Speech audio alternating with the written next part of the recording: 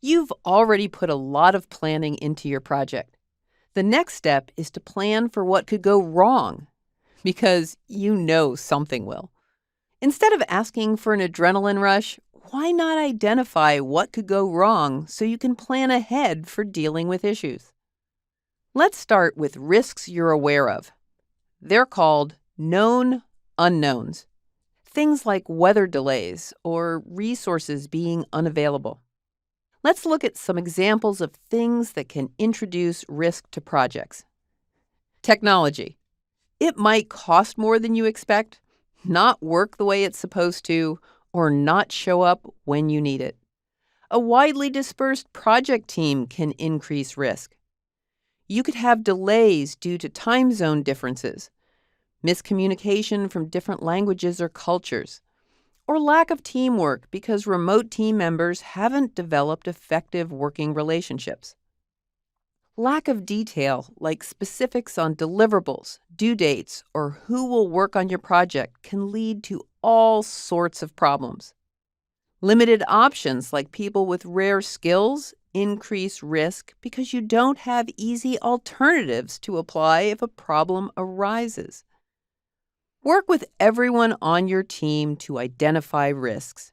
You can ask experts for different parts of the project about the risks they foresee. Ask key people on the project what they think, and ask other project managers about risks from similar projects. Fill out a risk information form for each risk you identify. Include as much detail as you can. Which objectives are in danger? What events can cause the risk to occur? What the consequences are? Who owns the risk? And so on. Up until now, we've talked about risks we can anticipate. But what do you do about the risks you can't predict? These are called unknown unknowns. They come from situations that are so unlikely that they never occur to you. You're unlikely to have to deal with such a significant unknown risk, but you will encounter unknown risks at some point, and you need to plan for them. How? By setting aside contingency funds and time for dealing with them. The question is, how much should you set aside? Many companies use a percentage of the project budget, like 15%. But the percentage is typically based on past experience. To minimize the effect of risks, you first have to identify the risks that your project faces.